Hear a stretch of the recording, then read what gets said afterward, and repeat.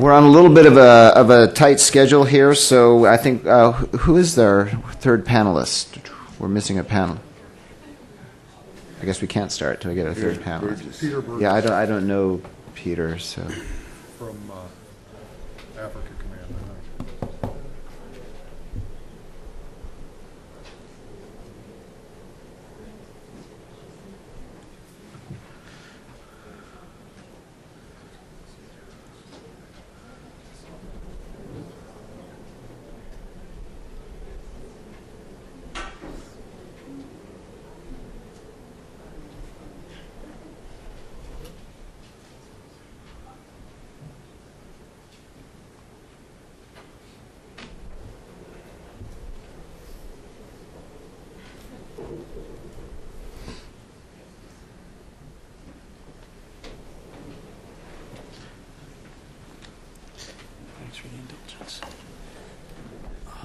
Okay, let's start the second panel. Again, we're going to try to keep to a fairly tight schedule. I actually have to leave right at 12:30, and our first speaker may have to cut out before the panel's actually over, so I'd like to get started. Mike Braun is a friend of mine from long-standing. He's now at the Spectre Group. Before that, he was DEA Chief of Operations, and then and before that, he was forging strong relations between DEA and the Defense Department. I think if you look at in the context of drugs and thugs, DEA under Mike, when he was Chief of Operations, became, I would say, one of the premier agencies in looking at that and attacking folks like Victor Boot and Monzer Al-Qassar and others who cross the criminal terrorist spectrum and provide services across the board. He's received numerous awards and commendations during his career, and we're very happy to have him here. And we'll let Mike kick it off.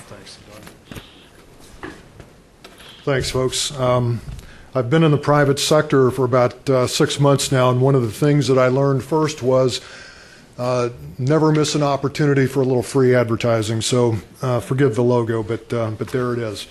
My comments today are going to be on really the long-term strategic threats being shaped by what's happening at a granular level on the African continent. I look at this situation, I believe, a bit differently than most others do, and I think that will become abundantly obvious as we move into my presentation. I am going to drill much deeper than others have on the nexus between drugs and terrorism, as well as part of my presentation. I believe Antonio said it perfectly when he used the term of art tip of the iceberg earlier. I believe that what we're seeing in Africa is just the tip of the iceberg. When you look at global drug trafficking, really in any permissive environment, any ungoverned space around the world, that's exactly what you're seeing. You're seeing 5% of the issue or the 5% of the problems. It's that 95% below the waterline that's really going to bite us in the butt in the future. But to have a perfectly clear understanding, I'm going to hit on some of the points that were made by the other presenters on the first panel. But just so we've got a perfectly clear understanding of what's happening at a granular level and that kind of a threat. The explosive growth of drug trafficking throughout Africa and the transportation of drugs into Europe. And when we're talking about trafficking, I'm talking about cocaine.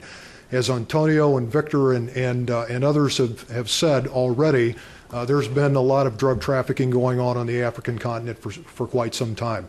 But I believe everyone would agree with me that we have never experienced what's happening on the ground in Africa right as it's going on right now or playing out.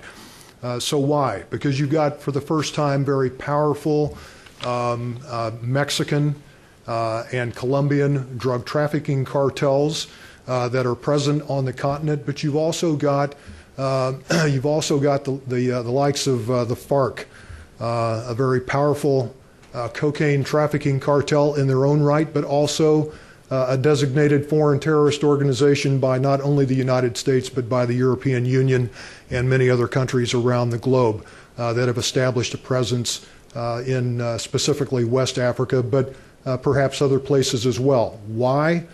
Because they had to develop the transshipment or transportation backbone for the multi-tons of cocaine that are now destined for Europe and other regions of the world. And Africa, I view it this way, I look at it this way, Africa has become to Europe what Mexico is to the United States with respect to the transshipment of cocaine and other drugs. Traditional cartels are forming alliances with indigenous organized crime groups like never before. Why? Because those indigenous organized crime families and groups possess the logistics and transportation infrastructures to move drugs from West Africa into North Africa and into Europe and beyond. This has been mentioned already, I believe, by Candace, the payment in kind rather than in cash by these traffickers. This is nothing new. This is exactly what happened along our southwest border in the United States when we closed down the old Caribbean corridor back in, if you remember, back in the Miami Vice days, when most of the cocaine flowing out of the Andean region was coming through the Caribbean corridor into South Miami or into South Florida and then beyond. Once that was closed down, the Colombian traffickers formed relations with the Mexican traffickers along our southwest border. Made perfect sense. They shared a common language. The Mexican traffickers had already established, well-established smuggling infrastructures along our border, and they were also already involved in drug trafficking back in those days, at least predominantly in the western United States. But the Colombian traffickers began paying them with cash. The Mexican traffickers understood very quickly that they could make far more money if they were paid in kind in dope. So it started with the payment in kind of about 10% of every load, and today it's well over 50% of every load of dope that makes its way into the United States. It's basically just turned over to the Mexican traffickers. Think of it that way, all right? And that's kind of a natural evolution, and I think over time we'll continue to see larger payments in kind to the indigenous organized crime groups. Those groups then, since they now have their own cocaine product, create demand and create their own markets right at home. West Africa right now, but I guarantee you, after 34 years in this business, I've seen it time and time again. They will begin to encroach on surrounding states, working hard to create permissive environments in those areas if they're not already there, and then move out from there, but using West Africa as a base of operations. I can pretty well guarantee you that they will evolve into polydrug organizations. They're not going to be cocaine-centric. They're going to, if they're not already involved in the traffic of heroin, they will be. They will move into methamphetamine, undoubtedly, and other drugs. Why? Because they all they're learning from the very best. The indigenous organized crime groups in West Africa right now are learning from the very best. They're learning from the Colombians and the Mexicans. They're sharing lessons learned. They're learning every day. They're becoming more powerful with each passing day. And as already been said by Victor, by our other speakers, there's very little to stop them. So, a couple of other, with that said, what we can't do in Africa or anywhere else is apply a slogan similar to the popular advertisement here in the United States on Las Vegas. You know, what stays in, or what goes on in Vegas stays in Vegas. What goes on in the African continent does not stay in the African continent. There are foreign terrorist organizations and drug trafficking cartel operatives. Now we're going into the real strategic threat here. Terrorist organization operatives and drug trafficking cartel operatives, both global and indigenous, are occupying the same turf, not only in Africa, but other permissive environments and ungoverned space around the world. They thrive in these areas, and they work hard to continue to create these permissive environments. They rely heavily on what I refer to as the hallmarks of organized crime: corruption, intimidation, violence. If they can't corrupt you, they'll usually try that first. They'll turn to intimidation, which is a little bit stronger form of corruption. If intimidation doesn't work, they'll resort to violence. Violence is a little bit stronger form of intimidation, but they rely heavily on the hallmarks of organized crime. This witch's brew is a symbiotic relationship. We've seen it in Colombia, we're seeing it in Afghanistan, and we'll certainly see it on the African continent. In Colombia, and Doug has got probably more expertise in Colombia, Doug Farah, your moderator here today, than I do or anyone else that I know of. But we've seen this in Colombia with the FARC and the old Medellin and Cali cartels. Anytime the traditional cartels succeeded in destabilizing government, the FARC benefited. Anytime the FARC succeeded in destabilizing government a bit more, the traditional cartels benefit. So it is a symbiotic relationship, and you'll see that continue to evolve and continue to percolate. This is probably the most important thing that I can say next. And for me, this is what I lose sleep over to this day. The personal relationships that are being formed today between the indigenous organized crime groups, the traditional cartels that are present from Mexico and Colombia, as well as terrorist organizations like Hezbollah and Hamas, who are also operating in this environment. Those personal relationships that are being formed today are going to turn into strategic organizational relationships in the next decade. So what do I mean by that? Let me drill in a little bit deeper. The threats, whether they be terrorist organizations or drug trafficking organizations or a hybrid, okay, they don't send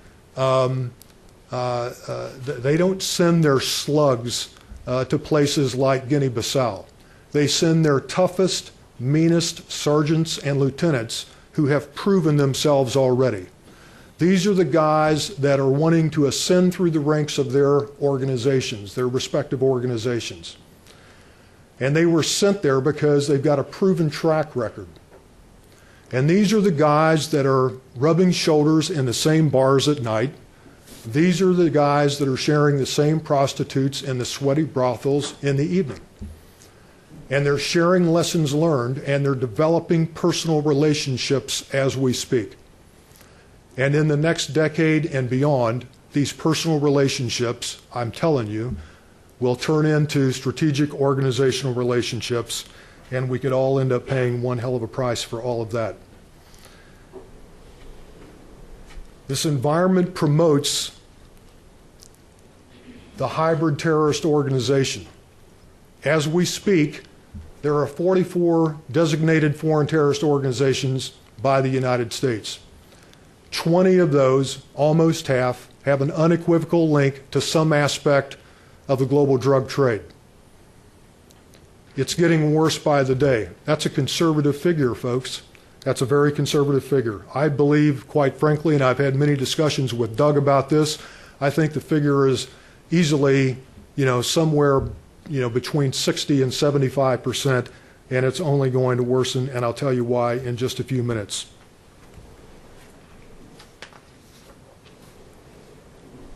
Why drugs? The UN estimates the global drug trade generates about $322 billion a year in revenue. The Office of National Drug Control Policy in the U.S. estimates that our fellow citizens here in the U.S. Spend about $65 billion a year trying to satisfy their insatiable appetite for drugs in our country. What's not on this slide, but going back to the UN 2007 figure, the best estimates are that the flows of drugs from Mexico, the U.S., and Canada alone, $147 billion in profits. State sponsorship. So why are terrorist organizations, more of them becoming hybrids? Why are more of them turning to drugs to fund their operations? Three things are happening. State sponsorship for terrorism is on the decline. Our government coalition partners around the globe have done yeoman's work at identifying very powerful private donors and significantly disrupting that funding stream over the past several years. A second reason why more of these organizations are shifting to drugs and other transnational crime. The third point is that, and this is somewhat unique to Al-Qaeda, but we have done such a great job at impacting Al-Qaeda corporates' headquarters' ability to command and control their cells and nodes around the globe that they've had to shift to a franchise model. What do I mean by that? Those cells and nodes around the globe that were led by corporate have, in large ways, in large part, been left up to their own devices to shoot, move, and communicate. One of the best examples that I can give you of that is the terrorist organization that was responsible for the Madrid train bombings. All of my counterparts in Spain, whether they be from high-ranking members of the intelligence services, their military, and their cops, all say the same thing. That was an Al-Qaeda cell. Some in our country believe it was an affiliate Al-Qaeda cell. I don't care what it was. They paid for that operation almost in its entirety through the sale of hashish and MDMA. Cost of an actual terrorist attack is minimum. Madrid train bombing, it only cost about $70,000 to pull that off. What does cost enormous amounts of money, ladies and gentlemen, is the care, feeding, and nurturing of your terrorist organization.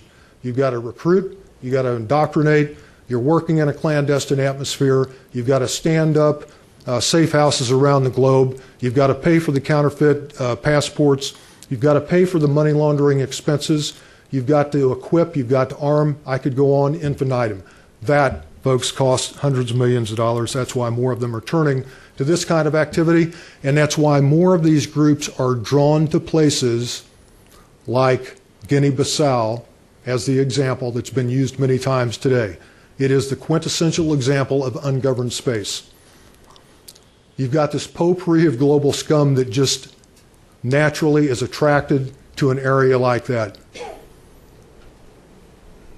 Talked about this earlier. There's just one last thing. There's obviously lots of ways to make money in the global drug trade. You can tax farmers. You can, you can provide security to traditional cartels at their cache sites, their laboratories, on and on. The UN estimates, again, from 2007, global drug trade generating about $322 billion. Human trafficking came in second at about $32 billion. Arms trafficking at about 10, and the black diamond trade, más o menos $1 billion. I'm almost finished here. This is really, I think, a great pictorial if you're trying to visualize the importance of ungoverned space.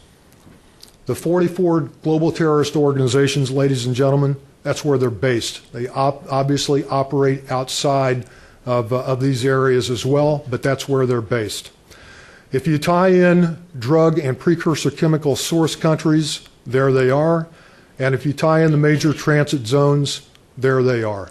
These folks are, global terrorist groups, drug trafficking groups, and the hybrid are all operating in the same ungoverned space and permissive environments.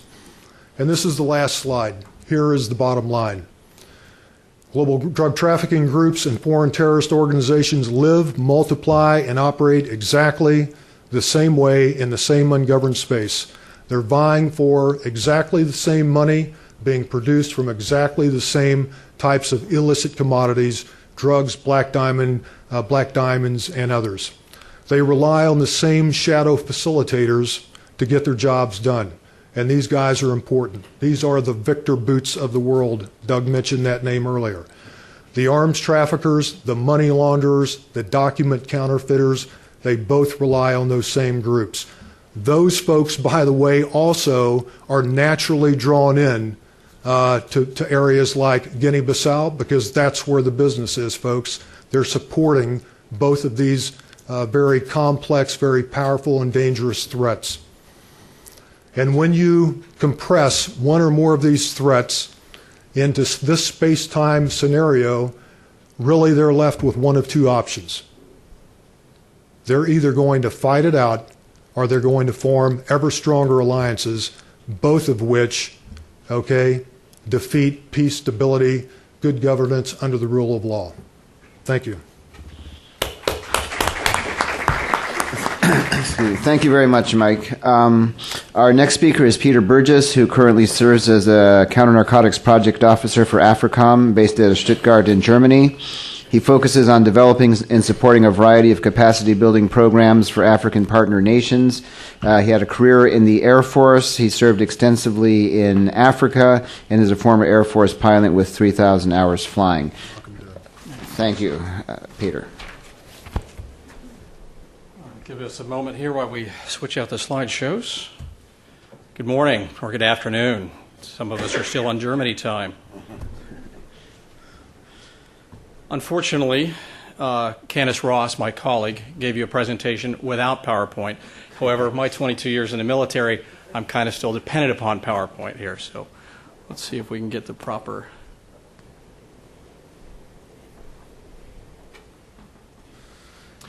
There we go. Death by PowerPoint. Good morning or good afternoon. I'm going to talk a little bit more at the operational level of the narcotics trafficking threat. I'm going to give a slight review of what was presented this morning and the nature of the threat. I am going to have a tendency to go out on a little bit of a limb of projecting a larger number, in other words, the 20-30% that's below the surface that Antonio had mentioned that he doesn't have the evidence to support. So the figures that I'm going to present are a little bit controversial, to give deference to my colleague Candace. The overview of what I'm going to talk about is the operational picture of the trafficking threat. Then we're going to talk about the basic fundamental counter-narcotic strategies that the rest of the world recognizes as appropriate to combating the threat. And then we're going to talk about operational support projects that we can use to help combat this at a local level. In other words, translating the strategy that we all talk about to real work in the field. But first, a little story. We were just at a symposium yesterday at the Center for Naval Analysis that was addressing counter-narcotic strategy. Back in 1789, when we were developing our Constitution, our merchant ships were being attacked by pirates off the Barbary Coast in the Mediterranean. In 1794, we passed a Naval Act to finally build a fleet and a navy to fight this scourge. The ships you can see that are listed there. The trade that was being disrupted, though, with the Ottoman Empire in Turkey, the irony of it being is that the number one commodity that was being imported to the United States was opium. So the irony is, 200 years later, we are looking at developing Africa capacity, particularly in the maritime environment, to again fight drug trafficking, both opium and cocaine. And it looks like we're using the same slide here. Here's an overview of the global threat of illicit trafficking. Again, the same numbers. This was derived from an FBI briefing back in Cairo last week. Again, nothing makes money like illicit narcotics trafficking at $350 billion. And then, of course, counterfeit pharmaceuticals after that at somewhere in the neighborhood of $30 billion. To give you an idea, everybody's going to have a map and showing the trafficking dynamics out here. Mine isn't all that different, but the figures that I'm going to present are a little bit more disturbing when you put it in the context of Africa. If we look at the cocaine trafficking that's going on, a recent newspaper article from a Colombian drug trafficker who is bragging that about 1/3 of Colombian exports are now going through Africa and African waters.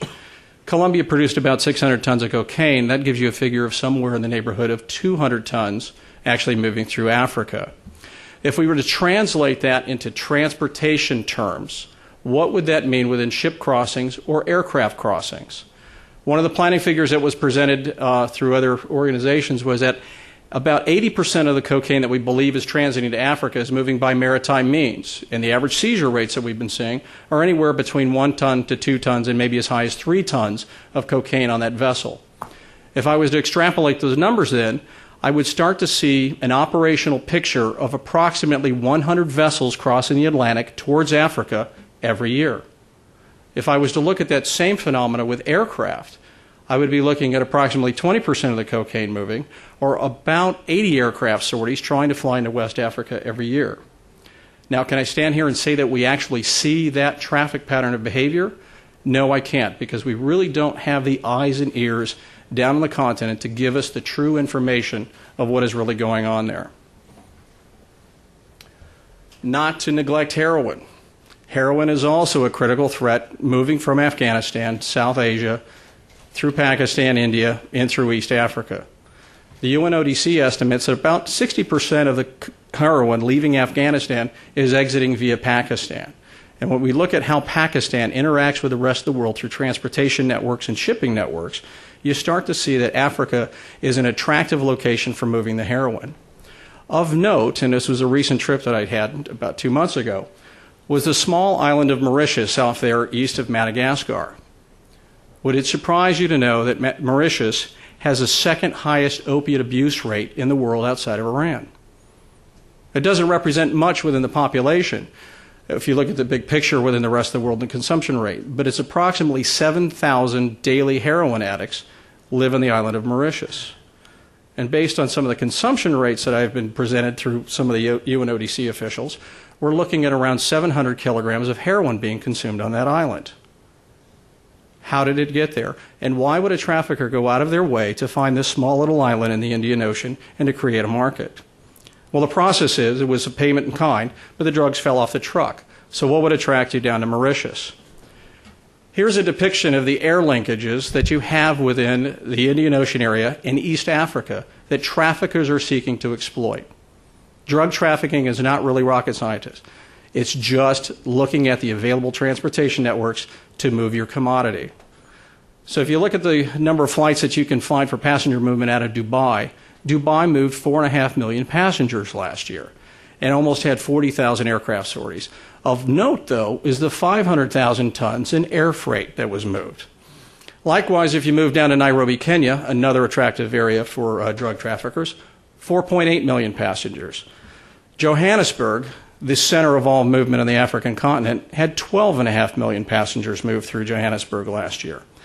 And my favorite little island of Mauritius, 1.2 million people, moved 2.5 million passengers through its airport. Not only is air traffic a threat, if we go into Mauritius in a little bit more detail, bring in the maritime, they moved some 325,000 containers through their seaport last year and had over 2,000 ship visits. And what does Mauritius have to defend their coastline against this type of activity? They have one patrol boat. One patrol boat for a coastal border of 177 kilometers. The one patrol boat they have cannot circumvent the island in a day. It doesn't have enough fuel. Moving back onto North Africa, here are some more air vectors that you can look at. They're also attractive to drug traffickers. Antonio had mentioned that there was an aircraft seizure where there were approximately 30 couriers on board the aircraft that were carrying narcotics at the time. That was a seizure at Schiphol International Airport, and the passengers were off in an aircraft from Casablanca. If you look at the upper left-hand corner slide, you'll see that Casablanca moved almost 6 million passengers last year through the airport. And if you'll note that it has tentacles that reach every major airfield within West Africa and every major European capital.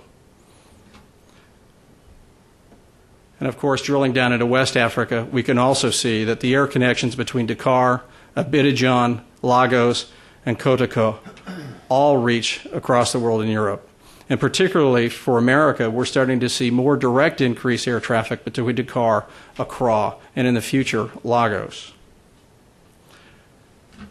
Once the traffickers get this stuff ashore, we also can't neglect the land route.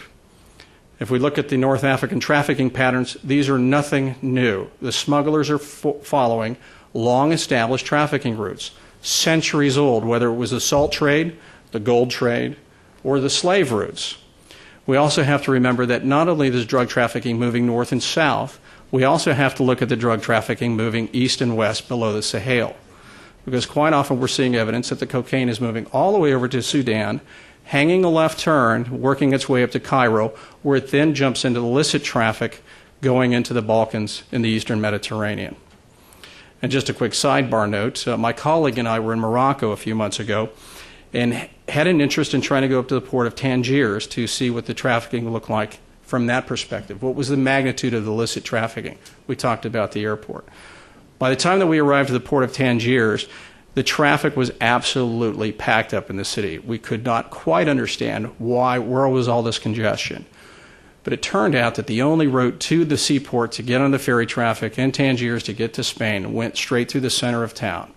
And so the inspection regime is really based on trying to clear all the vehicles out of downtown Tangiers instead of actually screening the vehicles and the cargo coming on board. So basically, they're pushing all of the transportation, the people, the trucks, onto those vessels with very little screening whatsoever.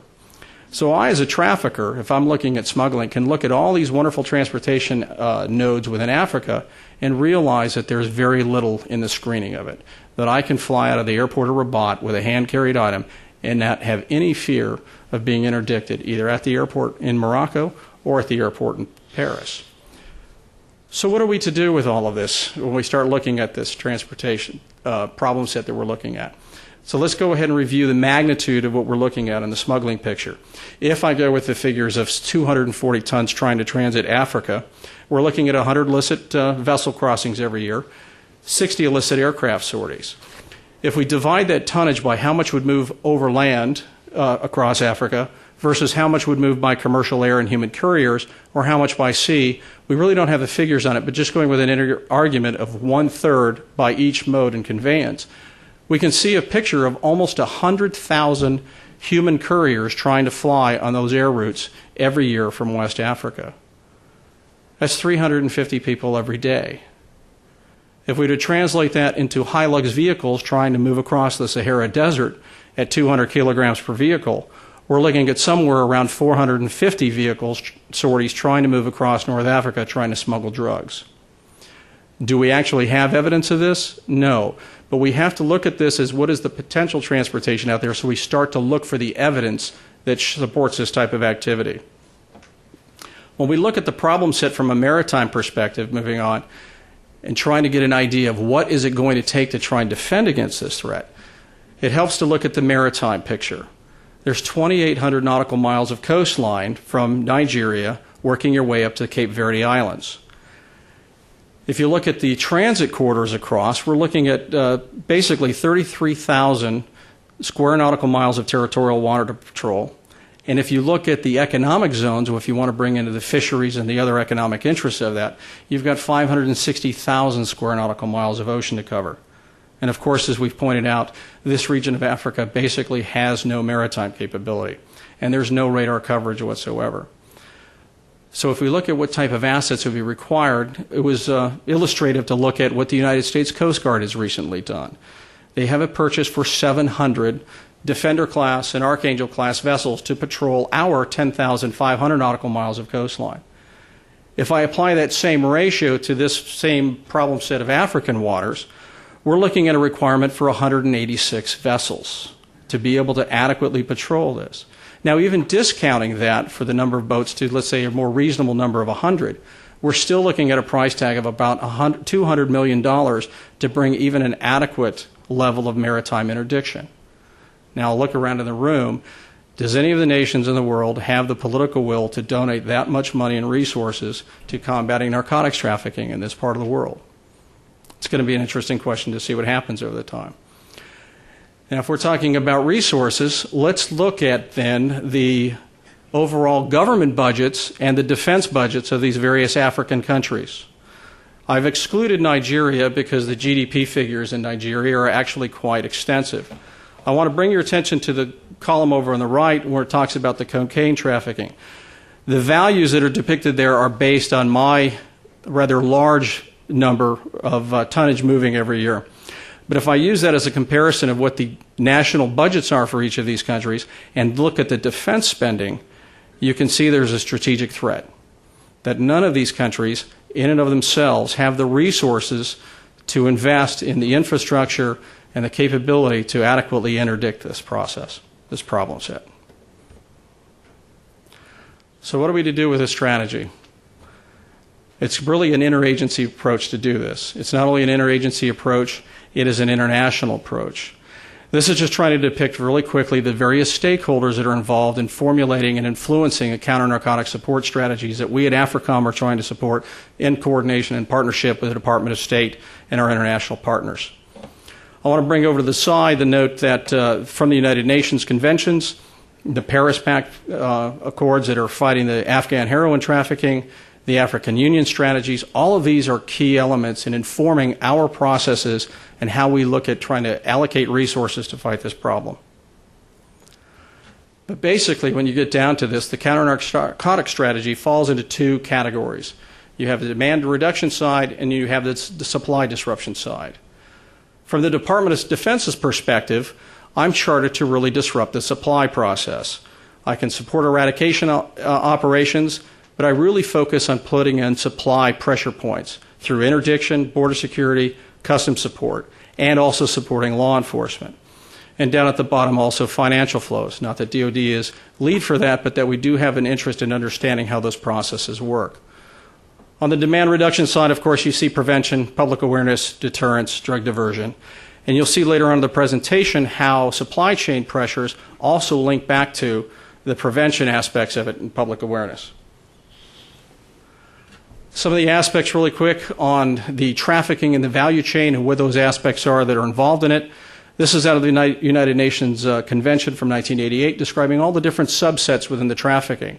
And I want to bring your attention to the interdiction aspect of it, of what we're trying to disrupt: the delivery, the dispatch, the transport, and the importation of the narcotics. Moving on, I'll give you a little bit better understanding then of how DoD comes into this role and looking at that value chain of where it is that we come in to help support this. The authorities that I'm granted under Congress are involved with the maintenance and repair of upgrading of the equipment that's been provided to these countries. I can transport assets and material and personnel around to conduct counter-drug operations, and I can help establish bases of operations and training. I can also provide certain types of limited counter-drug training to these partner nations.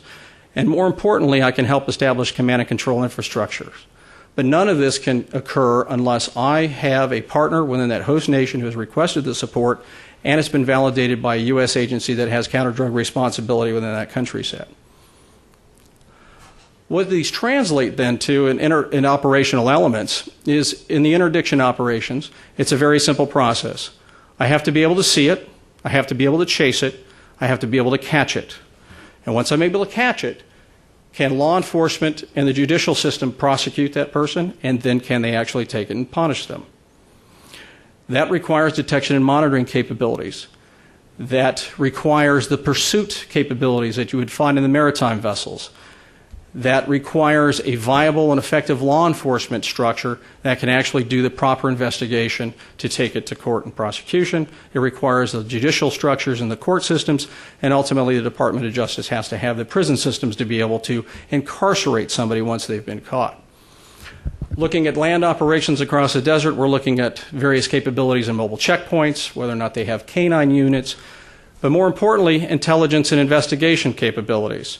And you'll look at maritime operations and border security, that all of those have in common is intelligence and investigation and information.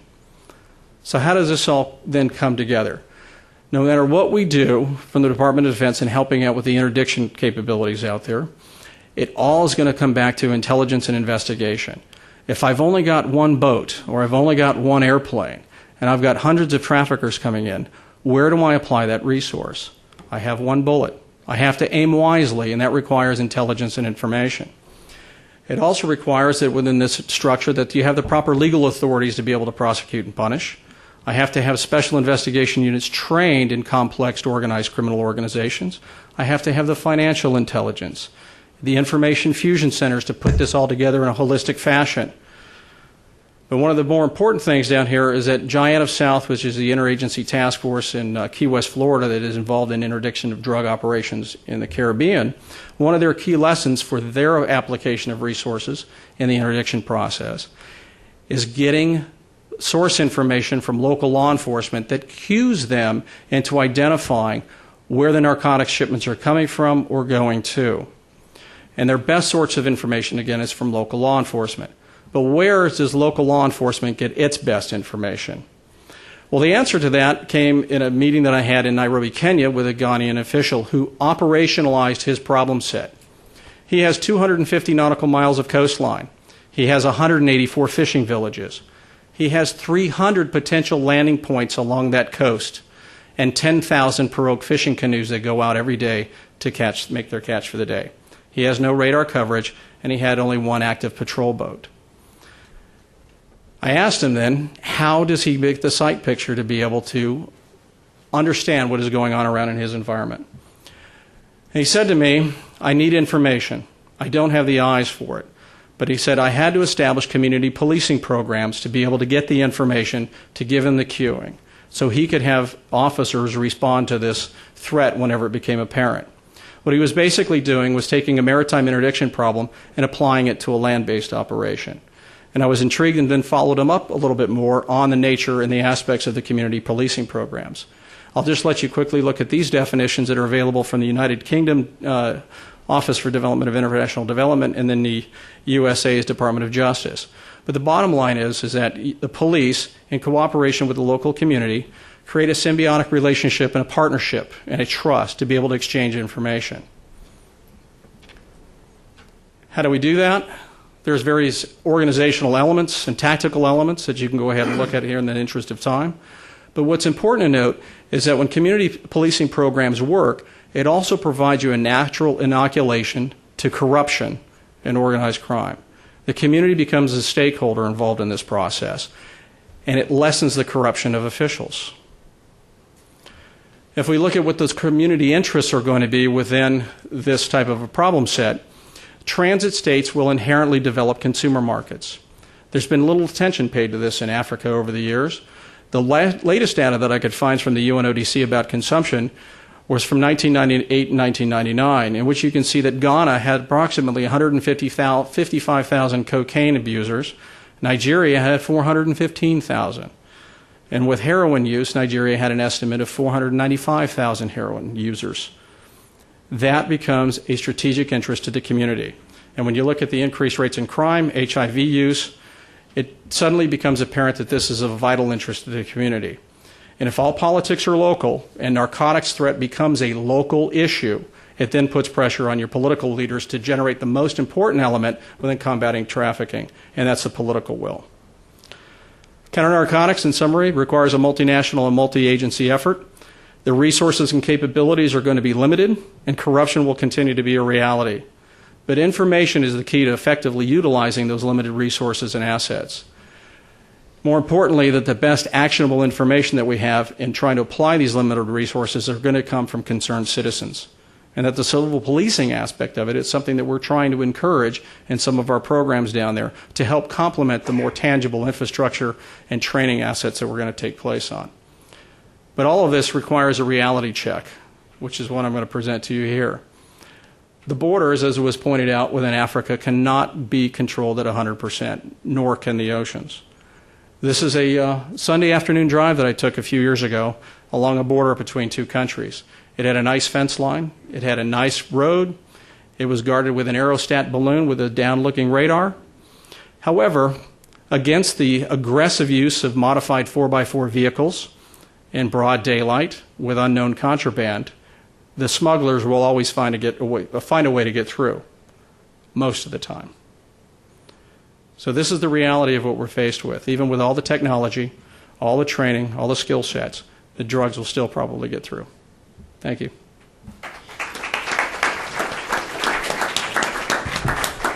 Thank you, Peter. And the last presenter is Bruce Bagley. I was going to say I've known him for at least 20 years. I was going to say if you've been doing drugs as long as I have, you'd know Bruce, but that would come out wrong. If you've been dealing with drugs and thugs as long as I have, you clearly know Bruce in his work. He's been around and on the cutting edge of research for a long time. He's a professor of international studies and the chair of the Department of International Studies at the University of Miami. He's written a million books, taught in many parts around Latin America, and been, like I said, on the leading edge of writing and thinking about drugs and organized crime, particularly out of Latin America, for probably longer than I've been alive. Thanks, Bruce. Thanks, Doug. I think I want to sort of deepen the dismay and despair, right, that form part of the talks that we've seen this morning. I have a couple of general comments to make. Then I want to talk about the nature of the state for just a second, particularly as it applies to Africa. And then I want to look at the nature of the reforms that would be needed if we were going to make any progress at all on these fronts. and then end up with a couple of comments about the role of international cooperation, and finally the alternatives to the current state of affairs. My general comments, which I will do telegraphically, are first and foremost, the reason that West Africa is being used as much as it is now, whether it's 40 to 50 metric tons or 240 metric tons, right? And I tend to think much more along the 200 plus lines, is that demand for cocaine in Europe has skyrocketed in recent years. Between 2006 and 2007, the number of cocaine users in the European Union went from 3.5 to 4.5 million. A 1 million increase in a single year. The statistics for 2008 are now out. There has been another almost 1 million person increase. So we're now talking about 5.5 million cocaine users in the European Union countries in any given year. This is quite close to the numbers of users that we find in the United States. So demand has skyrocketed. They pay 3 times as much per gram or per kilo as American consumers do, which has meant, right, that new routes have been sought. Drugs have not made states weak in Africa, but they certainly have sought to exploit the weakened states of Africa, given this skyrocketing demand. Geography is a third point in all of this. If you look at the maps that we've seen this morning, right, there's a fairly straight shot across from South America, particularly Colombia, and Venezuela, where much of this is now exiting, and it goes into West Africa, or, by the way, into Spain and Portugal, which also have very similar problems. Indeed, the bulk of these drugs that are entering Europe have, in the past at least, passed through Spain and Portugal rather than through West Africa. Okay, that being said, weak states are critical to the drug situation, and by the way, terrorism, civil wars, rebellions, and rebel activity throughout the world. This is the problem that we confront here. But we constantly talk about weak states without specifying the nature of the state that we're talking or discussing, talking about or discussing. I think that it's important to throw out a couple of categories. I don't have time, right, for this particular part of the lecture here. But if we think about this just in general terms, we are talking on the one hand about failed or collapsed states at times, and we have to distinguish these. Most African states are neither failed nor collapsed, but there are some. We are at times talking about pariah states, or what are called criminal states, which also exist throughout the region. A third category, one that you may be less familiar with, is a term from John Middleman's work. It's called the courtesan state. It is the state that professes to adhere to international treaties, right? That is, it's got all the makeup of a proper state, and yet within is completely rotten and enters into strategic alliances with either terrorist organizations or criminal organizations or both. So failed or collapsed, pariah, and courtesan states are very much part of the discussion in West Africa. There are 2 others that I just wanted to mention briefly, and you know, it's too bad that we don't have time to go into this more. But of course, you know, the ideal is often the liberal democratic state, and many people think that we should aspire to those kinds of states, that we would solve many of our problems of the rule of law if we were able to do so. But I refer you all to a recent paper by David Maris, right, who has suggested, hey, the problem is not the liberal democratic state, because we have drug trafficking in the United States, by the way, right? We have organized crime in the United States.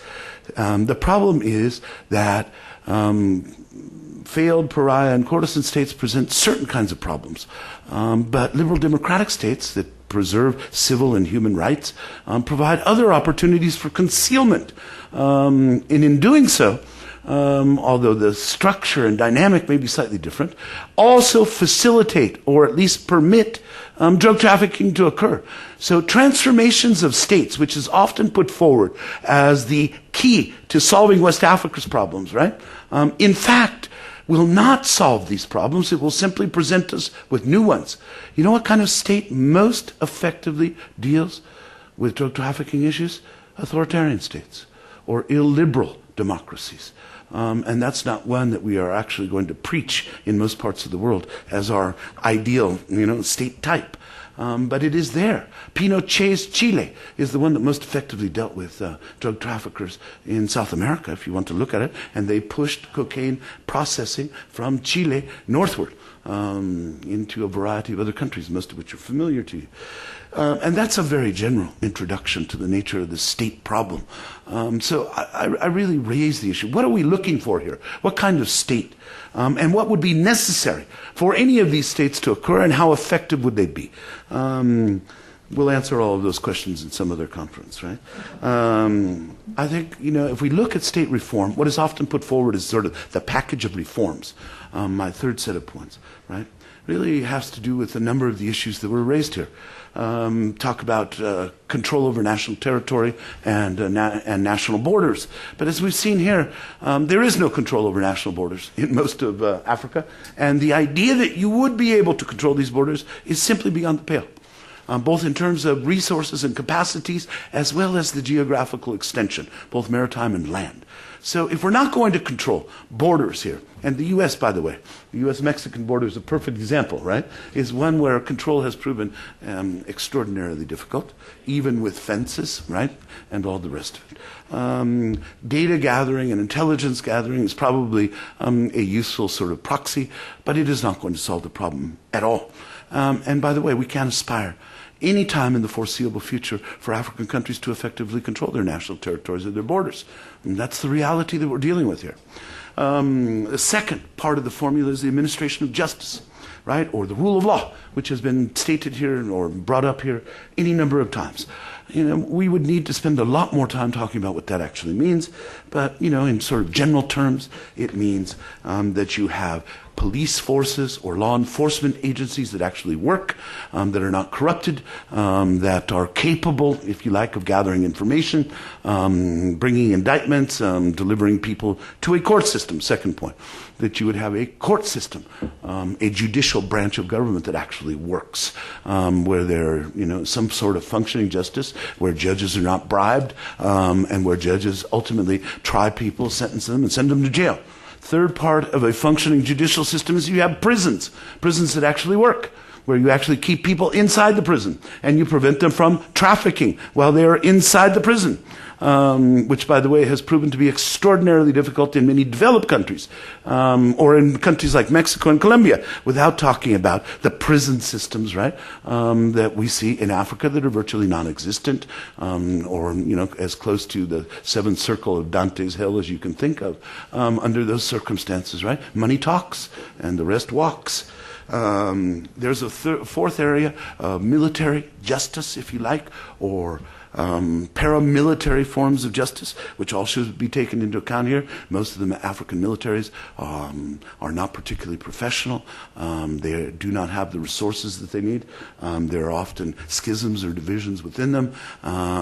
And if they are expected to control both the national territory and to rein in these various rebel, terrorist, and paramilitary organizations that operate in Latin America, the problems become even more serious because they are susceptible, as are police forces, to the problems of corruption and involvement in drug trafficking.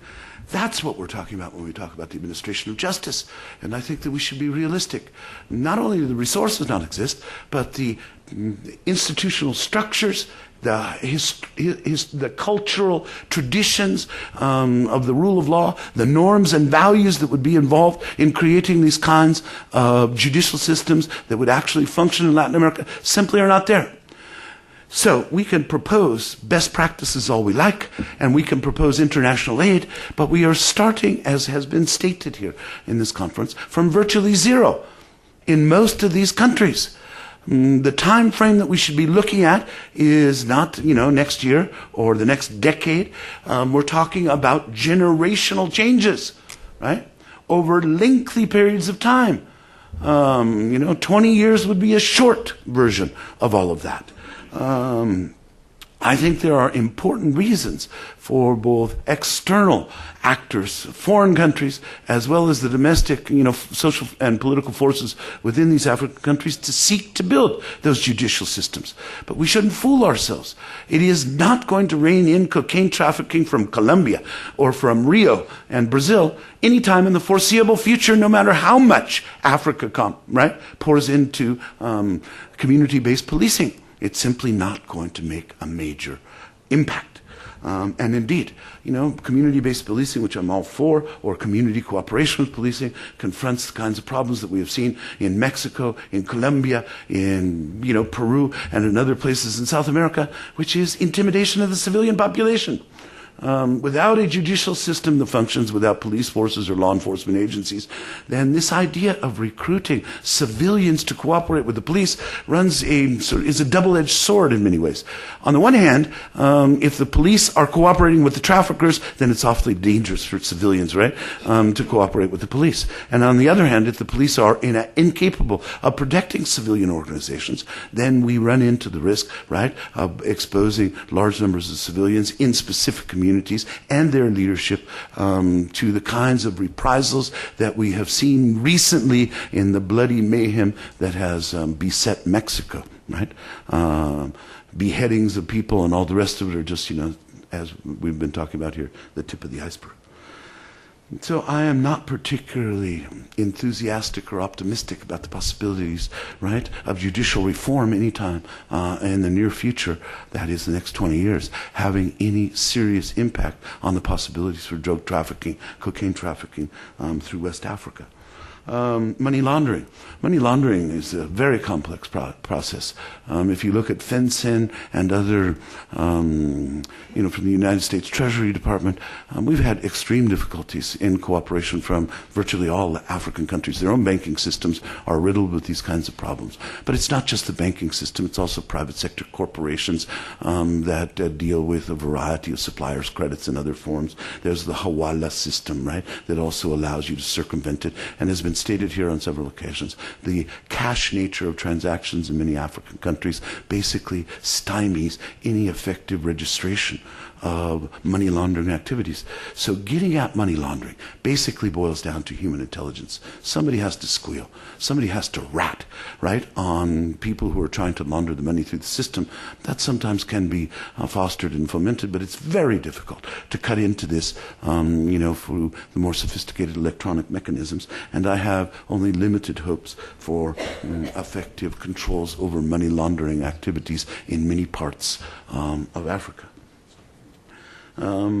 Anti-corruption measures, right, and there are a whole host of them, right, really get us into far more complex issues of political science, democracy, those kinds of things. It gets us into how elections are funded, how it is that parties are organized, whether or not paramilitary organizations indirectly fund elections as they have in Colombia, and then establish large numbers, right, of representatives of these paramilitary organizations, right, within the Congress itself, which is in turn, expected to adopt the best legislative practices and to monitor, right, money laundering. If we look at Colombia, recently, right, with Álvaro Uribe and Plan Colombia working, we have had some 80 Colombian congressmen, right, who are either under investigation or actually indicted, right?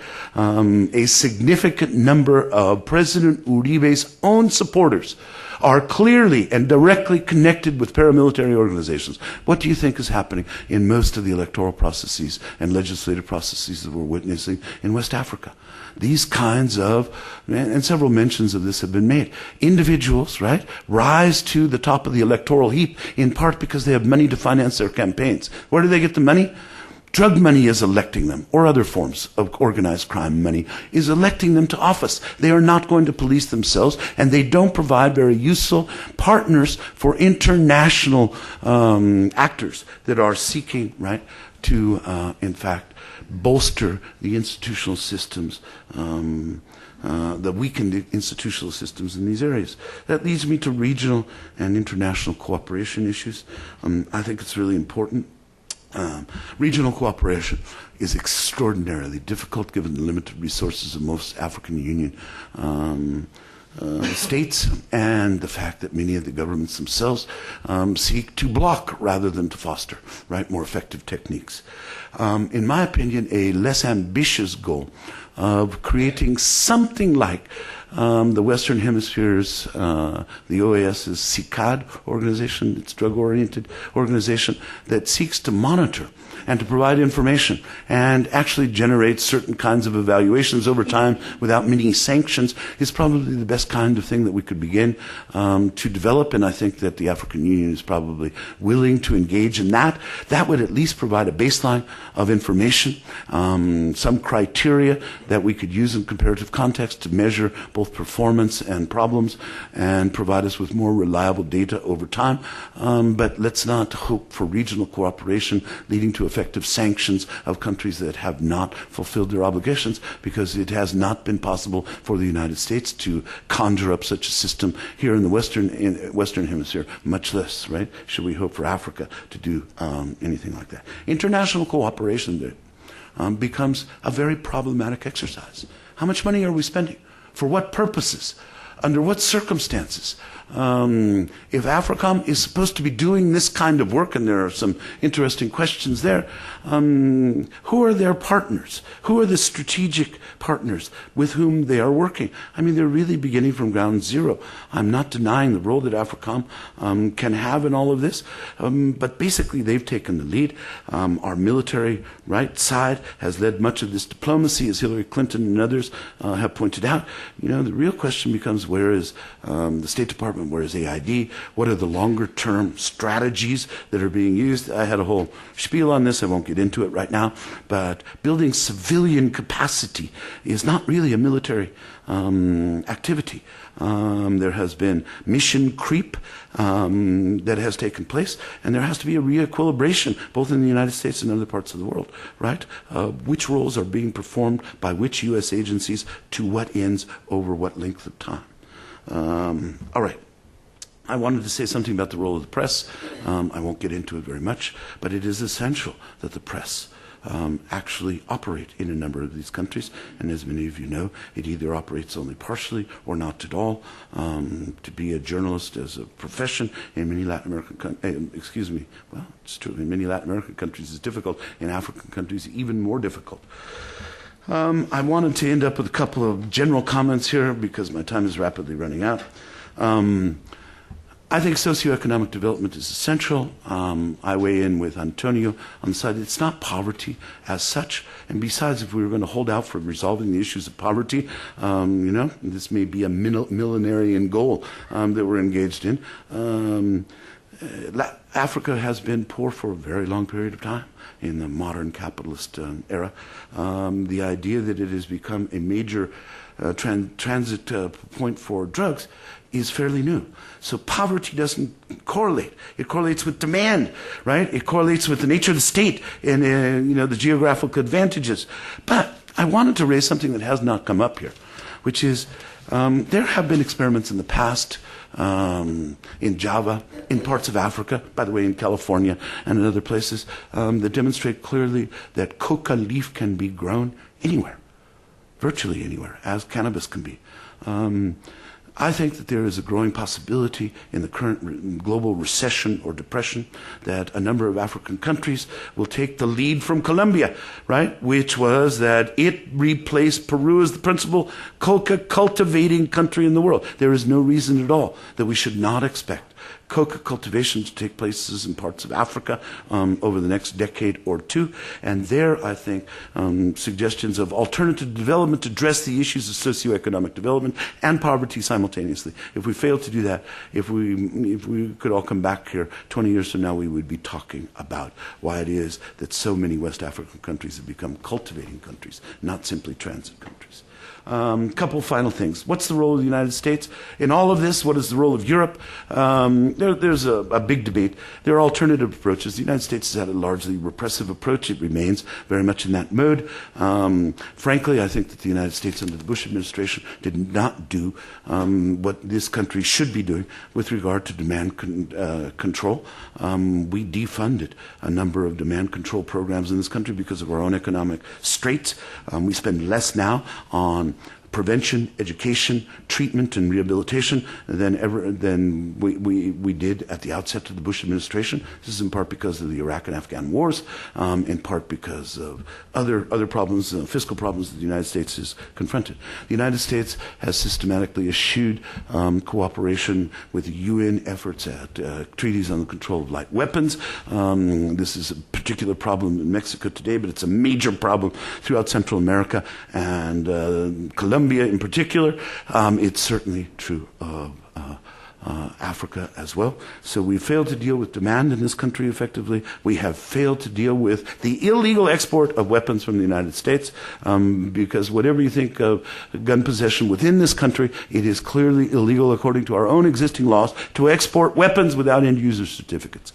We simply have not funded ATFE, right, effectively. In order to do that, perhaps there's a change in winds of Washington. We may be doing more about that on the U.S.-Mexican border.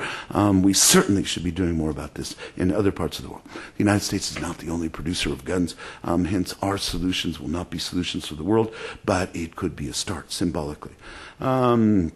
Our aid programs have actually declined rather than increased.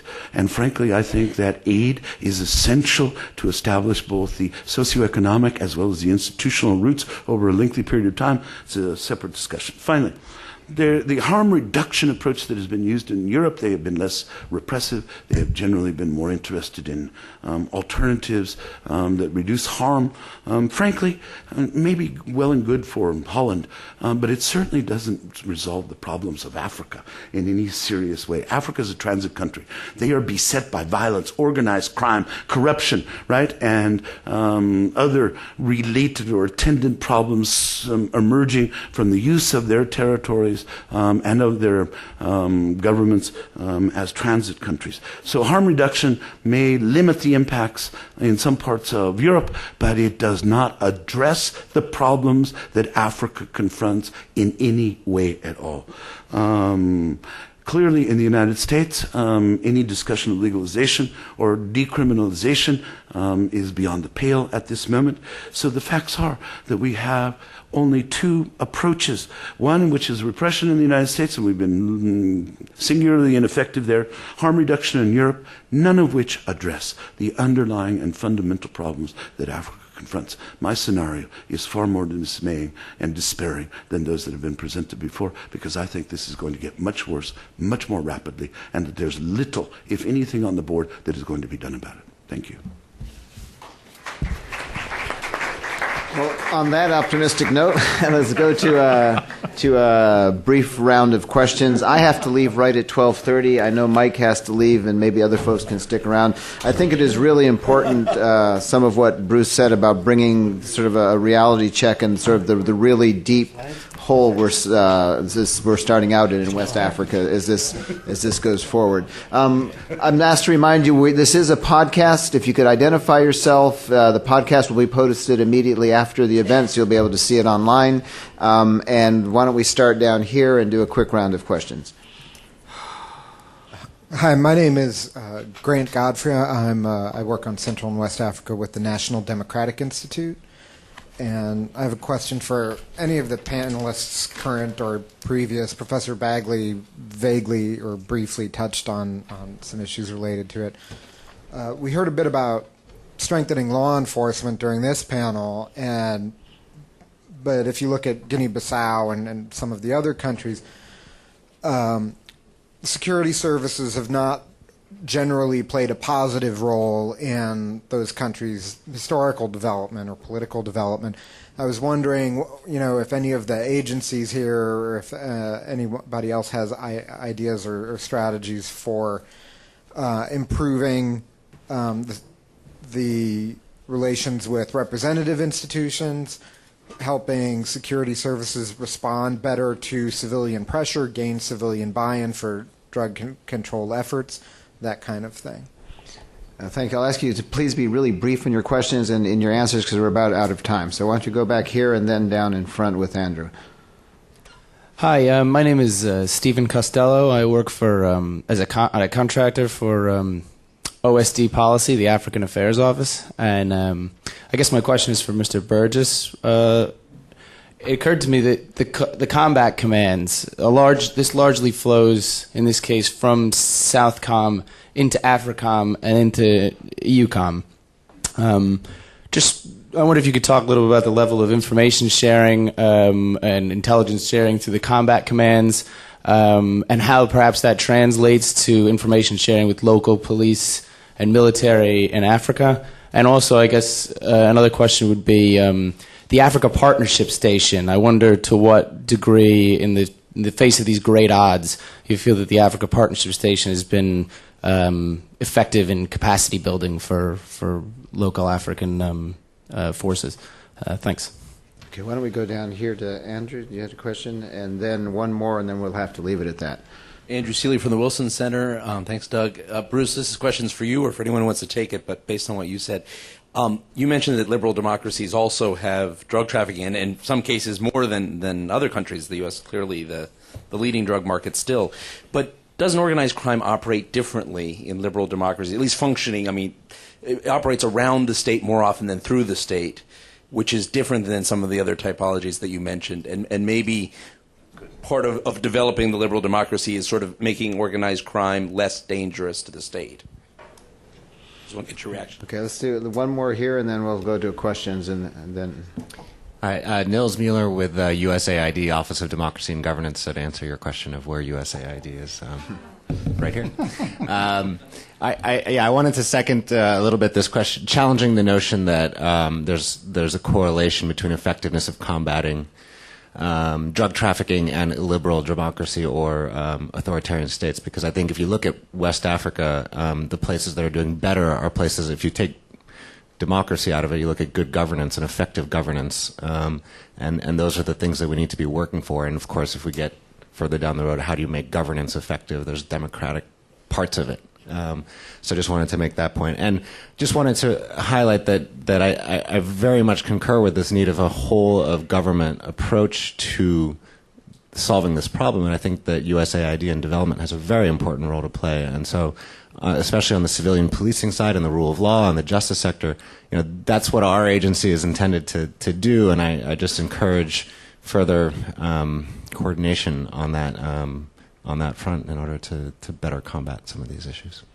Antonio wanted to make a quick comment, and then we'll let the panel answer, and I think that'll be just a comment to Bruce. Generally, I'm told I have a very dark pictures of Africa, but yours is much worse. But I want to bring some light, because really, after 5 years in West Africa, I can really state that there are a lot of signs of optimism, and there are also cases.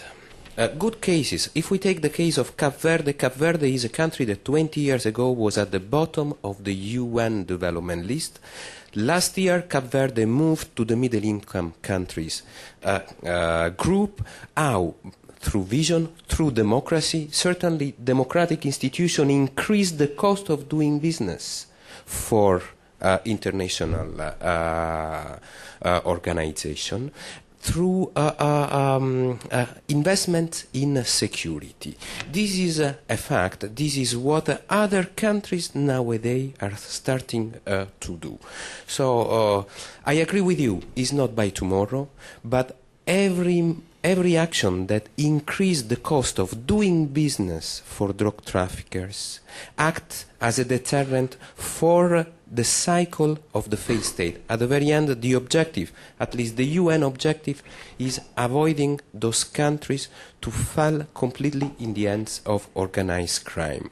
To set up the institution able, if willing, to give a response. I think that this is the role of the international community. Then there will be always pariah states, democratic or not.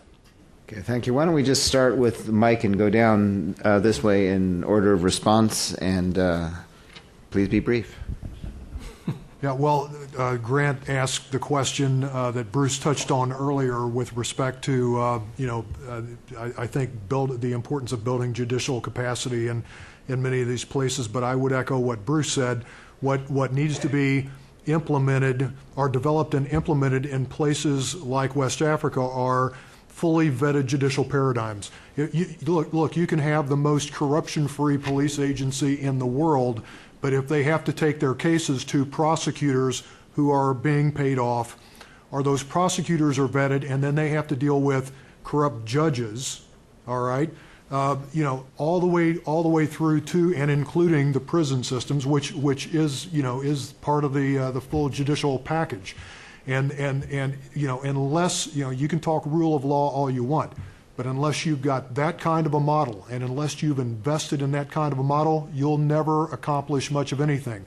And in places like West Africa, we're starting from ground zero. I mean, it's kind of like, here's how you put your shoes on, here's how you tie them, and then build from there, okay? As far as the combatant commands are concerned, someone had a question about sharing information within the combatant commands.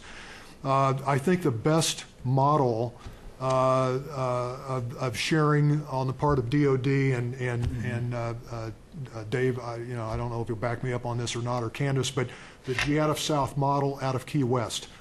GATF South falls under Southern Command, but it is a task force that supports combatant commands in now Africa Command, European Command, as well as Southern Command, and now Northern Command. Now that that they've been around, it is the single place where most all of the investigative data that is generated by DEA, FBI, ICE, and others, both inside the United States as well as beyond our borders. DEA, as an example, has offices throughout Mexico, Central America, and Latin America, and they're working with our host nation counterparts in those countries, developing intelligence. That intelligence goes into GATF South.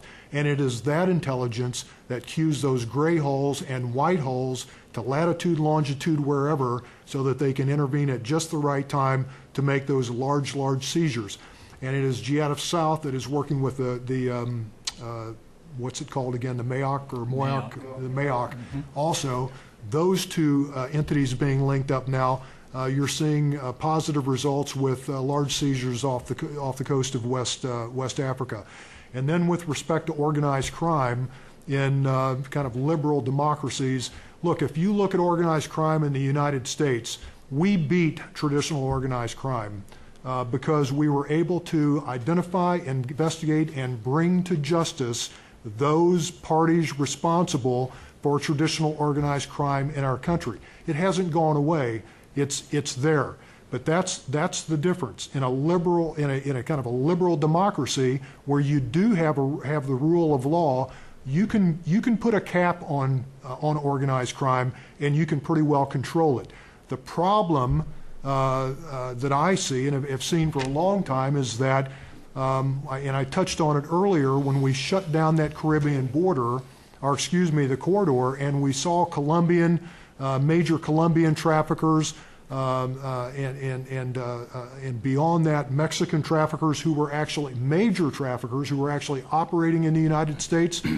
When we started building our judicial capacity back in those early days, with our legislators providing us with very powerful conspiracy laws, extraterritorial jurisdictions, on top of it, very powerful sentencing. Those responsible from Colombia and Mexico, the real leaders, packed up and went back home. And they wouldn't come into our country for anything in the world today. That's not to say that they don't have their subordinates working, their foot soldiers all over our country. They're cannon fodder, though.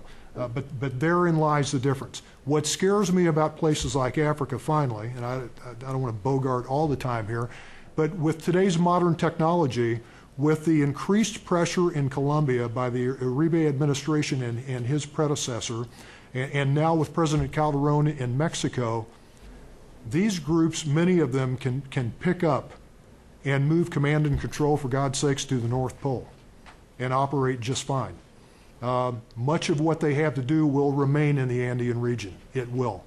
But they can command and control from anywhere in the world, and that's what bothers me. And then it becomes very difficult to reach out and grab them and get them into the U.S. into a court of law. Just in the interest of time, instead of going through each question individually, a couple of comments and observations. First off, the key to this is going to be a balanced, holistic approach, working with partners with USAID, UK DFID, UNODC. All of those organizations have value added. We as DoD come in as a supporting role, all right? We don't have lead on anything except learning about detection and monitoring systems and establishing C4I networks. None of those networks that we can provide will do anybody any good unless there is adequate, legitimate, accountable, and effective law enforcement and judicial functions within those countries, as well as democracy. And the key to all of this is going to be persistence. Persistent assistance that's predictable. What we want to avoid is the mistakes of the past. This was raised up 20 years ago, and I remember going through congressional testimony from 1994 describing the exact same phenomena. We just took our eyes off the ball. So what we need to avoid is gratification without commitment.